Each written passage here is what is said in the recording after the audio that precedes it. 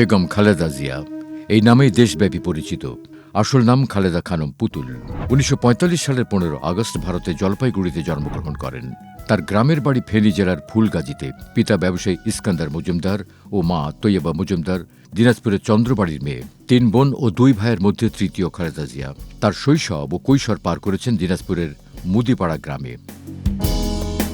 ১৯০৮ সালে দিনাজপুর সরকারি স্কুল থেকে ম্যাট্রিকুলেশন উত্তীর্ণ হন খালেদা খানম পুতুল। পরে তিনি দিনাজপুর সুরেন্দ্র কলেজে লেখাপড়া করেন। কলেজে পড়ার সময় তখনকার পাকিস্তান সেনাবাহিনীর ক্যাপ্টেন জিয়াউর রহমানের সঙ্গে তার বিয়ে হয়। ১৯৬৫ সালে স্বামীর সঙ্গে পশ্চিম পাকিস্তানে যান। ১৯৬৯ সালের মার্চ পর্যন্ত করাচিতে ছিলেন। এরপর ঢাকায় আসেন। কিছুদিন জয়দেবপুর থাকার পর জিয়াউর রহমানের পোস্টিং হলে চট্টগ্রামের হালিশহর এলাকায় স্থানান্তর হন। জিয়াউর রহমান খালেদা জিয়া দম্পতির ২ সন্তান তারেক রহমান আর প্রয়াত আরাফাত রহমান কোকো। মুক্তিযুদ্ধ শুরু হলে বড় বোন খুরশিদ জাহানের বাসায় ছিলেন ১৭ জুন পর্যন্ত। ২ জুলাই সিদ্ধেশ্বরী এস আবদুল্লার বাসা থেকে পাক সেনারা তাকে ও তার ২ ছেলেকে বন্দী করে। ১৫ ডিসেম্বর পর্যন্ত ঢাকা ক্যান্টনমেন্টে বন্দী ছিলেন বেগম খালেদা জিয়া। স্বাধীনতার পর স্বামীর কর্মস্থলে বিভিন্ন কোয়ার্টারেই ছিলেন। ১৯৭৭ সালে জিয়াউর রহমান রাষ্ট্রপতি হওয়ার পর বেগম খালেদা জিয়া বাংলাদেশের ফার্স্ট লেডি হিসেবে জাতীয়ভাবে পরিচিত হন। ১৯৮১ সালে চট্টগ্রাম সার্কিট হাউসে কিছু বিপদগামী সেনা সদস্যের গুলিতে নিহত হন সাবেক রাষ্ট্রপতি ও বিএনপির প্রতিষ্ঠাতা জিয়াউর রহমান। বেগম খালেদা জিয়া তখন পুরোদস্তুর একজন গৃহবধূ।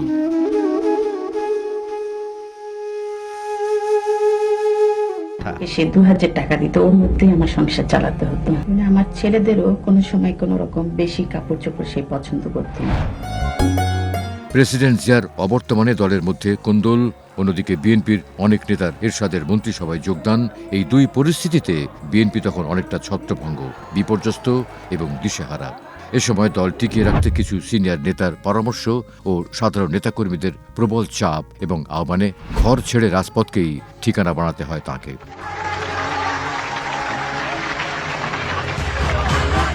গৃহবধূ থেকে দেশ ও মানুষের মুক্তির জন্য বেছে নেন সংগ্রামী জীবন। ১৯৮২ সালের ৩ জানুয়ারি বিএনপিতে যোগ দেন বেগম জিয়া। ১৯৮৩ এপ্রিলে দলের বর্ধিত সভায় সিনিয়র ভাইস চেয়ারম্যান হিসেবে বক্তব্য রাখেন।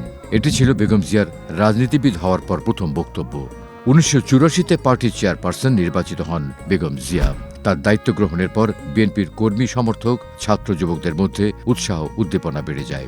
বিভিন্ন শিক্ষা প্রতিষ্ঠানে ছাত্রদলের সাংগঠনিক ভিত্তি শক্তিশালী হয়ে উঠতে থাকে। জিয়াউর রহমানের মৃত্যুর ১ বছরেরও কম সময়ের মধ্যে নির্বাচিত সরকারকে উৎখাত করে ১৯৮২ সালের ২৪ March lieutenant general Hussain Mohammad Ershad রাষ্ট্র ক্ষমতা দখল করেন।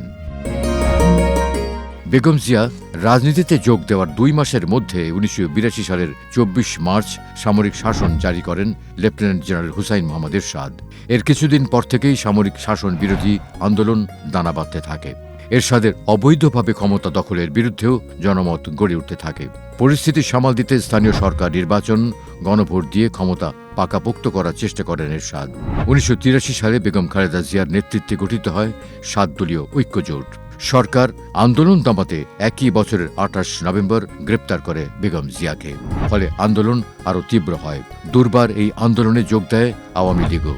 আন্দোলন দমন করতে ১৯৮৪ সালের ৩ মে আবারও বেগম খালেদা জিয়াকে গ্রেপ্তার করে এরশাদ সরকার। কিছুতেই থামছিল না জনগণের ক্ষোভ। ক্ষমতার চেয়ার রক্ষার কৌশল হিসেবে ১৯৮৪ সালের ২৬ এপ্রিল জাতীয় নির্বাচনের ঘোষণা দেন। রাজনৈতিক দলগুলোর প্রবল চাপের মুখে সেই তারিখ ২ বার পেছাতে হয়। সর্বদলীয় বৈঠকে সিদ্ধান্ত, ৮৬ নির্বাচনে যারা যাবে তারাই হবে জাতীয় বেঈমান।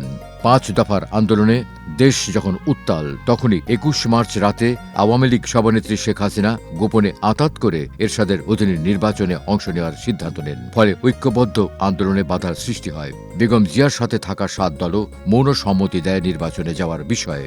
কঠিন পরিস্থিতিতে বেগম জিয়ার দৃঢ়তায় আন্দোলন সামনে অগ্রসর হয়। নির্বাচন প্রত্যাখ্যান করে ৭ দলীয় ঐক্যজোট। আপোষ না করে ৮৬ নির্বাচন বর্জন করে আন্দোলনের সামনে থেকে নেতৃত্ব দেয়া এবং দৃঢ়তার কারণে বেগম খালেদা জিয়া পান আপোষীর নেত্রীর উপাধি। একজন গৃহবধূ রাজনীতিবিদদের বলিষ্ঠ ও দৃঢ় নেতৃত্বে ১৯৮৭ সাল থেকে শুরু হয় এরশাদ হটাও এক দফার আন্দোলন। ১১ নভেম্বর তৃতীয়বারের মতো বেগম খালেদা জিয়াকে আবারও গ্রেপ্তার করা হয়। তীব্র প্রতিবাদের মুখে এবার সংসদ ভেঙে দিতে বাধ্য হন এরশাদ।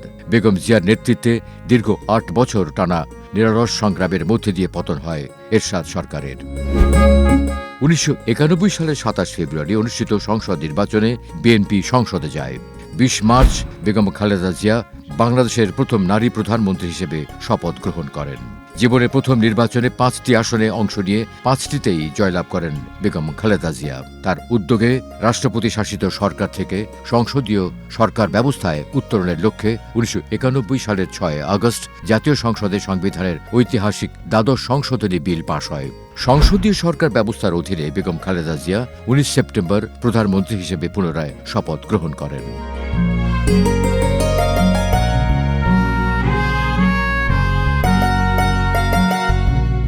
শপথ নেওয়ার ৩৯ দিনের মাথায় শতাব্দীর অন্যতম ভয়াবহ ঘূর্ণিঝড় ও জলোচ্ছ্বাস দক্ষিণ বাংলাদেশের একটি বিস্তীর্ণ অঞ্চলে আঘাত হানে।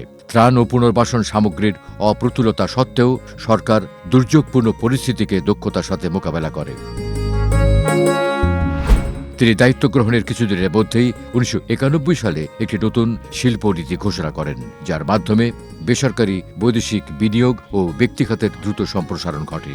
৯১ সালে তার সরকারের অর্থমন্ত্রী সাইফুর রহমানের হাত ধরে দেশে চালু হয় ভ্যাট আদায়, যা দেশের ইতিহাসে এক যুগান্তকারী পদক্ষেপ। বিএনপি সরকার একটি জাতীয় বিশ্ববিদ্যালয় ও একটি উন্মুক্ত বিশ্ববিদ্যালয় প্রতিষ্ঠা করে এবং উচ্চ শিক্ষায় উৎসাহিত করার জন্য ব্যক্তি খাতে বিশ্ববিদ্যালয় ও মেডিকেল কলেজ প্রতিষ্ঠা অনুমোদন দেয়। দেশের মানুষকে দ্রুততম সময় স্বাক্ষর জ্ঞান সম্পন্ন করার লক্ষ্যে প্রধানমন্ত্রীর কার্যালয়ের অধীনে একটি পৃথক প্রাথমিক ও গণশিক্ষা বিভাগ প্রতিষ্ঠা করা হয়। ১৯৯৩ সালের ১ জুলাই থেকে দেশব্যাপী প্রাথমিক শিক্ষাকে বাধ্যতামূলক করা হয়।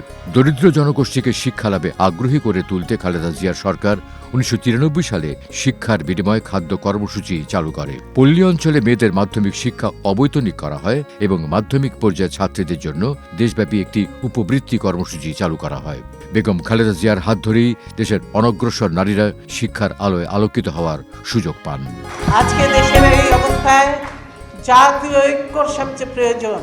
আমরা কে কি পেলাম সেটা বড় কথা নয়, আমাদের পাওয়া ওটাই হবে যদি জাতীয় ঐক্য গড়ে তুলে দেশটাকে রক্ষা করতে পারি, বাঁচাতে পারি, তাহলেই সেটাই হবে আমাদের সবচেয়ে বড় পাওয়া। ১৯৯৩ সালের এপ্রিলে ৭ম সার্ক শীর্ষ সম্মেলন আয়োজন এবং প্রধানমন্ত্রী বেগম খালেদা জিয়া সার্কের চেয়ারপারসন নির্বাচিত হওয়ায় বাংলাদেশের আন্তর্জাতিক ভাবমূর্তি উজ্জ্বল হয়। গণমাধ্যমের অবাধ স্বাধীনতা থাকায় এ সময় দেশে প্রকাশিত সংবাদপত্রের সংখ্যা প্রায় দ্বিগুণ হয়ে পড়ে। দেশের ইতিহাসে প্রথমবার CNN ও বিবিসির মতো স্যাটেলাইট চ্যানেলকে সম্প্রচার করার সুযোগ করে দেওয়া হয় এবং এর ধারাবাহিকতায় অন্যান্য আন্তর্জাতিক স্যাটেলাইট টিভি চ্যানেলও দেশের আকাশসীমায় প্রবেশ করে। বাংলাদেশে মোবাইল টেলিফোনের যাত্রাও খালেদা জিয়ার প্রথম সরকারের সময়ে শুরু হয়। বেগম খালেদা জিয়ার প্রথম মেয়াদে গৃহীত কিছু উল্লেখযোগ্য প্রশাসনিক পদক্ষেপের মধ্যে ছিল সরকারি চাকরিজীবীদের বেতন ভাতা বৃদ্ধি সংক্রান্ত জাতীয় বেতন কমিশনের সুপারিশ বাস্তবায়ন, সরকারি চাকরিতে প্রবেশের বয়সসীমা ২৭ বছর থেকে বাড়িয়ে ৩০ বছর করা, পেনশন অনুমোদন প্রক্রিয়া সহজতর করা এবং সরকারি চাকরিজীবীদের মৃত্যুর ক্ষেত্রে বিধবা ও সন্তানদের জন্য আজীবন পেনশনের বিধান করা। ১৯৯৬ সালের ১৫ ফেব্রুয়ারি অনুষ্ঠিত ষষ্ঠ জাতীয় সংসদ নির্বাচনে বিএনপি জয়যুক্ত হওয়ার পর বেগম খালেদা জিয়া দ্বিতীয় মেয়াদে প্রধানমন্ত্রীর পদে আসীন হন। অবশ্য অন্যান্য প্রধান রাজনৈতিক দল এই নির্বাচনে বর্জন করেছিল। উদ্ভূত রাজনৈতিক সংকট উত্তরণের লক্ষ্যে সংবিধানের ত্রয়োদশ সংশোধনীর মাধ্যমে নিরপেক্ষ তত্ত্বাবধায়ক সরকারের বিধান সংবিধানে সন্নিবেশিত করে সংসদ ভেঙে দেন বেগম খালেদা জিয়া। নতুন নির্বাচনের পরিবেশ তৈরি করে ১৯৯৬ সালের ৩০ মার্চ একটি নিরপেক্ষ তত্ত্বাবধায়ক সরকারের কাছে ক্ষমতা হস্তান্তর করেন তিনি। এটি ছিল তার গণতন্ত্রের প্রতি আকুণ্ঠ সমর্থন। ১৯৯৬ সালের ১২ জুন বিচারপতি মোহাম্মদ হাবিবুর রহমানের নেতৃত্বাধীন তত্ত্বাবধায়ক সরকারের অধীনে অনুষ্ঠিত জাতীয় সংসদ নির্বাচনে বিএনপি আওয়ামী লীগের নিকট পরাজিত হয়। ১৯৯৬ থেকে ২০০১ আওয়ামী লীগ সরকারের আমলে সংসদে বিরোধী দলীয় নেত্রী হিসেবে বেগম খালেদা জিয়া বলিষ্ঠ ভূমিকা রাখেন। 1999 সালে জামায়াতকে সাথে নিয়ে 4 দলীয় জোট গঠন করা হয়। সেই জোটের প্রধান হন বিএনপি চেয়ারপারসন বেগম খালেদা জিয়া। 2001 সালের 1 অক্টোবর বিচারপতি লতিফুর রহমানের নিরপেক্ষ তত্ত্বাবধায়ক সরকারের অধীনে অনুষ্ঠিত নির্বাচনে বিএনপি নেতৃত্বাধীন 4 দলীয় জোট সংসদে 2/3 অধিক আসনে বিজয়ী হয়। 2001 সালের 10 অক্টোবর বেগম খালেদা জিয়া তৃতীয়বারের মতো দেশের প্রধানমন্ত্রী হিসেবে শপথ গ্রহণ করেন। স্বাধীনতার রজত জয়ন্তীর এই শুভ লগ্নে আমি আহ্বান জানাই সমস্ত রাজনৈতিক দলসমূহ এবং দেশবাসীকে, আসুন আমরা ঐক্যবদ্ধ হই।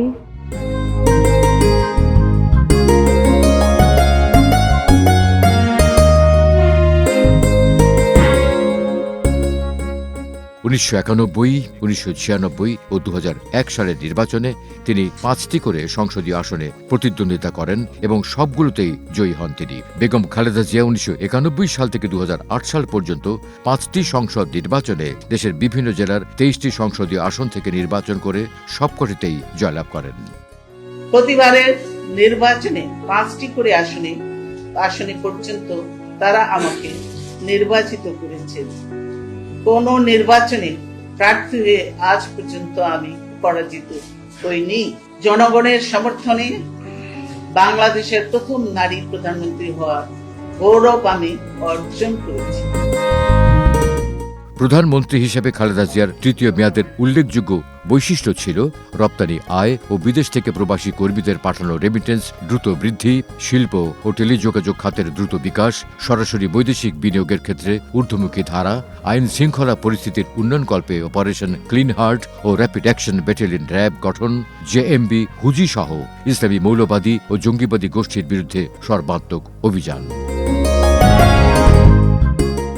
বেগম জিয়ার সরকার এই মেয়াদে শিক্ষা খাতেও কিছু সাফল্য অর্জন করে। প্রাথমিক স্কুলে ভর্তির হার 97% উন্নীত করা হয়। ছাত্রীদের শিক্ষা দ্বাদশ শ্রেণী পর্যন্ত অবৈতনিক করা হয়। প্রায় 2 কোটি ছাত্রীকে শিক্ষা উপবৃত্তির আওতায় আনা হয় এবং বিদ্যালয়সমূহে ছেলে ও মেয়েদের মধ্যে লিঙ্গ সমতা প্রতিষ্ঠিত হয়। মেয়েদের জন্য 2টি নতুন ক্যাডেট কলেজ ও 3টি পলিটেকনিক ইনস্টিটিউট স্থাপন করা হয়। মার্কিন যুক্তরাষ্ট্রের সহায়তায় চট্টগ্রামে এশিয়ান ইউনিভার্সিটি ফর উইমেন প্রতিষ্ঠার উদ্যোগ নেওয়া হয়।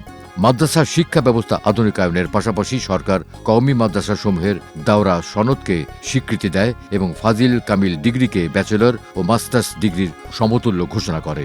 উচ্চশিক্ষার সুযোগ সম্প্রসারণের লক্ষ্যে বেশ কয়েকটি নতুন পাবলিক বিশ্ববিদ্যালয় প্রতিষ্ঠা করা হয়, যেগুলোর বেশিরভাগই ছিল বিজ্ঞান ও প্রযুক্তি সংক্রান্ত। অনেকগুলো বেসরকারি বিশ্ববিদ্যালয়কে কার্যক্রম পরিচালনার অনুমতি দেওয়া হয়। বৃত্তিমূলক শিক্ষার উপর গুরুত্ব আরোপ করা হয় এবং দেশব্যাপী এ ধরনের শিক্ষা প্রতিষ্ঠানের সংখ্যা 51 থেকে 64তে উন্নীত করা হয়। বেগম খালেদা জিয়ার সরকার জাতীয় সংসদে আইন পাশের মাধ্যমে দুর্নীতি দমন ব্যুরোর পরিবর্তে দুর্নীতি দমন কমিশন গঠন করেন। তার সরকারের আরেকটি উল্লেখযোগ্য পদক্ষেপ ছিল 2005 সালে সরকারি কর্মচারীদের জন্য নতুন বেতন কাঠামো ঘোষণা। 2001 থেকে 2006 মেয়াদে বাংলাদেশ জাতিসংঘের 13টি অঙ্গ প্রতিষ্ঠানের সদস্য নির্বাচিত হয়েছিল। এর মধ্যে ছিল জাতিসংঘ মানবাধিকার পরিষদ, শান্তি নির্মাণ কমিশন ও জাতিসংঘের অর্থনৈতিক ও সামাজিক পরিষদ। তাছাড়া এই সময় বাংলাদেশকে আসিয়ান আঞ্চলিক ফোরামের সদস্য করা হয়। 2005 সালে সার্ক শীর্ষ সম্মেলন আয়োজনের পর তিনি এই সংস্থার চেয়ারপারসন হিসেবেও দায়িত্ব পালন করেন। জাতিসংঘের শান্তিরক্ষা কার্যক্রমে সর্বোচ্চ সংখ্যক সৈন্য প্রেরণ করে বিশ্বব্যাপী শান্তি উদ্যোগেও বাংলাদেশ গুরুত্বপূর্ণ ভূমিকা পালন করে।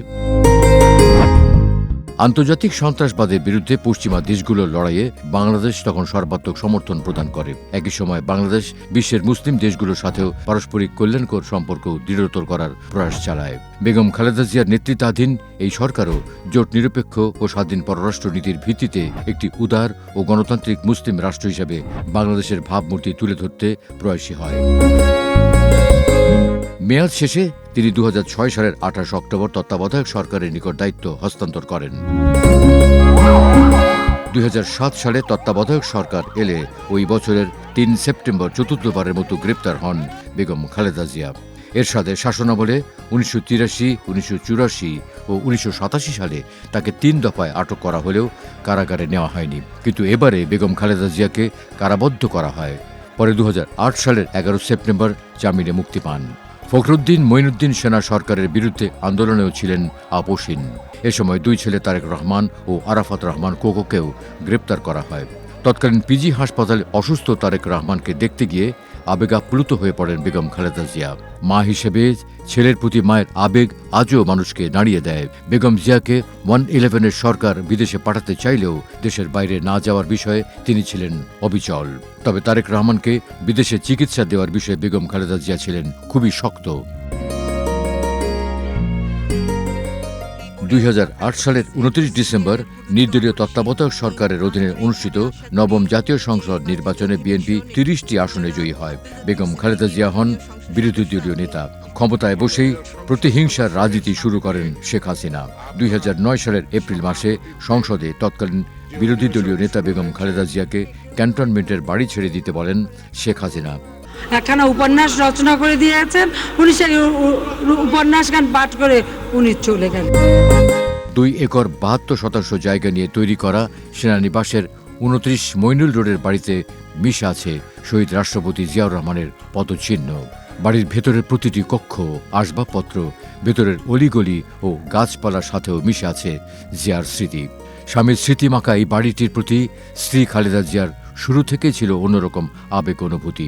শুধু স্বামীর সাথে বসবাসের সময় থেকেই নয়, জিয়ার মৃত্যুর পরেও নানান প্রতিকূল পরিস্থিতিতেও কখনো এই বাড়ির বাইরে থাকেননি খালেদা জিয়া। ঠিক ঈদের আগ মুহূর্তে 2010 সালের 13 নভেম্বর চরম অপমান করে 42 বছরের স্মৃতি বিজড়িত নিজ বাসভবন থেকে এক কাপড়ে বের করে দেওয়া হয় খালেদা জিয়াকে। অশ্রু নয়নে ওই বাড়ি ছেড়ে আসেন তিনি।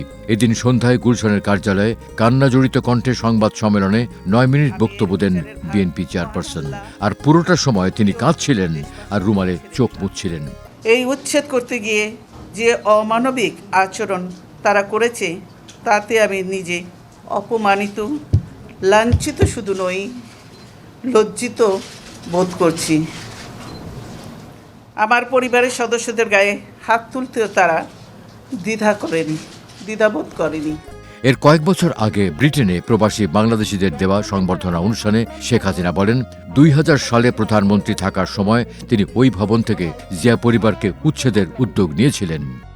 যে ক্যান্টনমেন্টে কেন আমি হাঁটলাম? আরে আমার বাবা দেশ স্বাধীন করেছিল বলেই না এই ক্যান্টনমেন্ট। আর ওই মেজর জেনারেল প্রমোশনটা তো আমার বাপেরই দেওয়া ছিল। আর আমি ক্যান্টনমেন্টে ঢুকলে আমার বিরুদ্ধে মামলা। সেদিন প্রতিজ্ঞা করেছিলাম যে ওই ক্যান্টনমেন্টে আর বসবাস করতে হবে না, যেদিন সময় পাবো বের করে দেবো, বের করে দেবো। এদিকে তত্ত্বাবধায়ক সরকার ব্যবস্থা বাতিল করলে বিএনপি তত্ত্বাবধায়ক সরকারের দাবিতে হরতাল কর্মসূচি পালন করে। আজ তারা বলেছেন তত্ত্বাবধায়ক সরকারের প্রয়োজন নেই, দলীয় সরকারের অধীনেই নির্বাচন হবে। বাংলার মানুষ সেটা মেনে নেবে না। বাংলাদেশের মানুষ ইতিমধ্যেই রায় দিয়েছে যে নির্দলীয় নিরপেক্ষ তত্ত্বাবধায়ক সরকারের অধীনে নির্বাচন হতে হবে। হয় নির্দলীয় নিরপেক্ষ তত্ত্বাবধায়ক সরকারের অধীনে নির্বাচন হবে, না হলে এদেশে নির্বাচন হবে না। রাজনৈতিক উত্তেজনা যখন সংকটের দিকে মোড় নিচ্ছিল, তখন 2013 সালের 26শে অক্টোবর শেখ হাসিনা টেলিফোন করে বিরোধী দলের নেত্রী বেগম খালেদা জিয়াকে সংলাপের প্রস্তাব দেন। যদি আন্তরিকতা থেকে আলোচনা করার জন্য আমার যেতে কোনো আপত্তি নেই। আপনি বলেছেন আমি শুধু একা যাব না, আমার সঙ্গে নিশ্চয়ই আরো কেউ থাকবে, সবাইকে নিয়ে আসবে। আপনি যত কিছু নিয়ে আসতে পারেন। 2014 সালের 5 জানুয়ারি একতরফা নির্বাচনকে প্রত্যাখ্যান করে বিএনপি। এর আগে 29 ডিসেম্বর বিএনপির মার্চ ফর ডেমোক্রেসি বাদ গণতন্ত্রের অভিযাত্রা কর্মসূচির জন্য খালেদা জিয়া যাতে বের হতে না পারেন, সেজন্য পুলিশ বালু ভর্তি ট্রাক দিয়ে তার বাড়ির রাস্তা বন্ধ করে দেয় শেখ হাসিনা সরকার। পরের বছর বিএনপি কর্মসূচি ঘোষণা দিলে 3 জানুয়ারি রাতে পুলিশ গুলশান কার্যালয়ের মূল ফটকে তালা লাগিয়ে দেয়। একই সঙ্গে কার্যালয়ের সামনে বিপুল পুলিশ মোতায়েন এবং রাস্তায় ইট, বালু ও মাটি ভর্তি 11টি ট্রাক দিয়ে চলাচলের পথ বন্ধ করে দেওয়া হয়। 5 জানুয়ারি বের হওয়ার চেষ্টা করলে পেপার স্প্রে ছোড়ে পুলিশ। তার 2 দিন আগে 3 জানুয়ারি থেকে বেগম জিয়াকে অবরুদ্ধ করে রাখা হয় তার গুলশানের কার্যালয়ে। কি জন্য আমাকে অবরুদ্ধ করা হয়েছে সেই কারণটাই তো আমার জানা দরকার। কেন আমাকে অবরুদ্ধ করা হয়েছে? এই রক্ত দিয়েই জনগণ এদেরকে বিদায় করবে এবং দেশে সুশাসন, আইনের শাসন এবং গণতন্ত্র, ভোটের অধিকার ফিরিয়ে আনবে। 24 জানুয়ারি হৃদরোগে আক্রান্ত হয়ে মারা যান মালয়েশিয়ায় নির্বাসনে থাকা ছোট ছেলে আরাফাত রহমান কোকো। ছেলের মৃত্যুর সংবাদে খালেদা জিয়া বারবার মূর্ছা যান এবং শোক কাটিয়ে ওঠা তার পক্ষে কঠিন হয়ে ওঠে। 26 জানুয়ারি তার লাশ দেশে আনা হয়। পরিবারের সদস্যরা সান্ত্বনা দিলেও তিনি ছেলের কফিনের সামনে শোকে মুহ্যমান হয়ে পড়েছিলেন। এরপরেও 92 দিন ওই কার্যালয় অবরুদ্ধ রাখা হয় বেগম জিয়াকে। তারপরেও তিনি ছিলেন দেশের প্রতি অবিচল। আমার 2 ছেলেকে আমাকে দেখেছে, আপনি না গেলে আপনার 2 ছেলেকে আমরা নিয়ে যাবো, আমাকে মুখের সামনে বলেছে। তারপর নিয়েও গেছে তারা। তাদের উপর কি অত্যাচার করেছে আপনারা দেখেছেন। একজন তো সেই অত্যাচারের কাটিয়ে উঠতেই পারেনি বলে সে আর ফিরে আসলো না ওর কাছে। তারেক রহমান এখনো কিন্তু অসুস্থ, যে যায় সে দেখে, এখনো তাকে চিকিৎসা নিতে হয়। আল্লাহ তাআলা তাকে হায়াত দারাজ করুন। সেটাই করেছেন কাজেই। কিন্তু আমি বলবো যে আমি খবর রেখেছি, আপনারা অনেকে মনে করেন আমি তো ভিতরে থাকলে খবর পাই না, আমি খবর রেখেছি এবং সেভাবেই আমরা কিন্তু কাজগুলি করছি। যারা তখন আন্দোলন সংগ্রামে ছিল, যারা কাজ করেছে, যারা বেইমানি করেনি দলের সঙ্গে, তাদেরকে আমরা অবস্থান দেব ভালো ভালো জায়গায়। তাদেরকে আমরা ভবিষ্যতে যদি আমরা ফেয়ার নির্বাচন হয়, বিএনপি সকলে অংশগ্রহণ করতে পারে, অংশগ্রহণমূলক নির্বাচন হয়, বিএনপি ক্ষমতায় গেলে অবশ্যই তাদের মূল্যায়ন হবে। সকলে বিপদ আসলে সকলে একসঙ্গে বিপদ মোকাবেলা করব, আর সুদিন আসলেও একসঙ্গে থেকে দেশকে সুন্দরভাবে গড়ে তুলব। আমি শুধু বলতে চাই যে আমি যেখানেই থাকি না কেন, আমি আপনাদের সঙ্গে আছি, আমি থাকবো ইনশাআল্লাহ, আমি আপনাদের সঙ্গে থাকবো।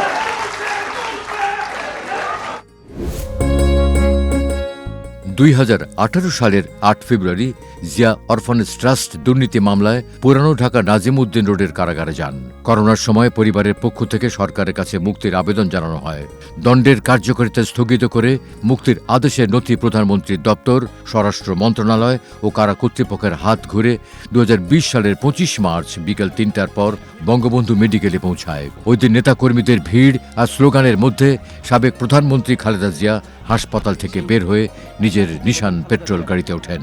তার ছোট ভাই শামীম ইস্কান্দার ছিলেন চালকের আসনে। 8 আগস্ট বেগম খালেদা জিয়া কারাগারে হেঁটে গেলেও প্রায় 25 মাস পর তাকে বের হতে হয় হুইল চেয়ারে। ফিরোজায় বাড়িতে ফেরেন তিনি। বয়স এবং অসুস্থতার কথা বিবেচনা করে সরকারের নির্বাহী আদেশে খালেদা জিয়াকে 6 মাসের জন্য মুক্তি দেওয়া হয়। পরে মুক্তির মেয়াদ আবারও বাড়ানো হয়। সেখান থেকেই 2021 সালের 11 এপ্রিল করোনায় আক্রান্ত হন বেগম জিয়া। পরে 15 এপ্রিল রাতে বাড়তি সতর্কতার জন্য রাজধানীর এভার কেয়ার হাসপাতালে বেগম জিয়ার সিটি স্ক্যান করে বাসায় আনা হয়। 27 এপ্রিল রাতে তাকে আবারও এভার কেয়ার হাসপাতালে নেওয়া হয়। পরীক্ষা নিরীক্ষা শেষে তাকে হাসপাতালে ভর্তি করা হয়। 3 মে শ্বাসকষ্ট হলে তাকে সিসিইউতে ভর্তি করা হয়। সে সময় মুমূর্ষু খালেদা জিয়াকে নিয়ে আওয়ামী লীগ নেত্রী শেখ হাসিনা ব্যঙ্গ বিদ্রুপ করেন। খালেদা জিয়া অসুস্থ, তাকে বিদেশে পাঠাও, আল্লাদের আর শেষ নাই। প্রতিশোধ প্রতিহিংসার রাজনীতি বাদ দিতে হবে। প্রতিশোধ প্রতিহিংসা দিয়ে কোনোদিন কোনো কিছু হতে পারে না। প্রতিশোধ প্রতিহিংসার রাজনীতি বাদ দিয়ে জাতীয় ঐক্য করলেই সম্ভব। এখানে একটু আওয়ামী লীগ আর বিএনপির মধ্যে পার্থক্য। বিএনপি সবসময় জাতীয় ঐক্য, প্রতিশোধ প্রতিহিংসার ঊর্ধ্বে সকল নিয়ে কাজ করতে চায়। দেশের বাইরে আমার কোনো ঠিকানা নেই, এটাই হলো আমার ঠিকানা। এই দেশ, এই দেশের মাটি, মানুষই আমার সবকিছু। 2024 সালের 5 আগস্টে ছাত্র জনতার অভ্যুত্থানের মাধ্যমে আওয়ামী লীগ সরকারের পতন হয়। 6 আগস্ট রাষ্ট্রপতির নির্বাহী আদেশে খালেদা জিয়াকে সব দণ্ড থেকে পুরোপুরি মুক্তি দেওয়া হয়। রাজনৈতিক পট পরিবর্তনের পর 2025 সালের 7 জানুয়ারি রাতে উন্নত চিকিৎসার জন্য কাতারের আমিরের পাঠানো বিশেষ এয়ার অ্যাম্বুলেন্সে তিনি ঢাকা ত্যাগ করেন। 8 জানুয়ারি লন্ডনে পৌঁছান। চিকিৎসকরা সেখানে থাকার কথা বললেও দেশের টানে 6 মে বাংলাদেশে ফেরেন বেগম খালেদা জিয়া। এরপর তিনি মাঝে মধ্যে ভিডিও বার্তা দিলেও প্রকাশ্যে আসেননি। মুক্তির পর প্রথম প্রকাশ্যে আসেন 2024 সালের 21 নভেম্বর সশস্ত্র বাহিনী দিবসে। সবশেষ প্রকাশ্যে আসেন 2025 সালের 21 নভেম্বর সশস্ত্র বাহিনী দিবসে। শ্বাসকষ্ট দেখা দিলে 80 বছর বয়সী এই রাজনীতিককে 23 নভেম্বর ঢাকার এভার কেয়ার হাসপাতালে ভর্তি করা হয়। বেগম খালেদা জিয়া দীর্ঘদিন ধরে হৃদরোগ, ডায়াবেটিস, আর্থ্রাইটিস, লিভার সিরোসিস, কিডনির জটিলতা সহ নানা শারীরিক জটিলতায় ভুগছেন। সাবেক এই প্রধানমন্ত্রী তার বর্ণাঢ্য রাজনীতিতে জিয়া অরফানেজ ট্রাস্ট সহ ৩৭ মামলার বোঝা এবং সময়মতো বিদেশে চিকিৎসা না পাওয়ার আক্ষেপ রয়ে গেছে। বেগম খালেদা জিয়ার অসুস্থতার খবরে রাজনৈতিক দল, জাতি, ধর্ম, বর্ণ, দল নির্বিশেষে মানুষ উদ্বেগ, উৎকণ্ঠা ও প্রার্থনায় নিজেদের একাত্ম করে তুলেছে। বিভক্ত, ঘৃণাপূর্ণ, বিদ্বেষপূর্ণ একটি সমাজেও মানবিকতার ঢেউ যেভাবে উথলে উঠেছে তা আমাদের জাতীয় জীবনে এক ব্যতিক্রমী শক্তিশালী দৃষ্টান্ত। ক্ষমতার বাইরে থেকেও একজন রাজনীতিক কিভাবে জাতির অন্তর্লীন মানবিকতাকে স্পর্শ করতে পারেন তার জীবন্ত প্রমাণ এই এভারকেয়ার হাসপাতাল।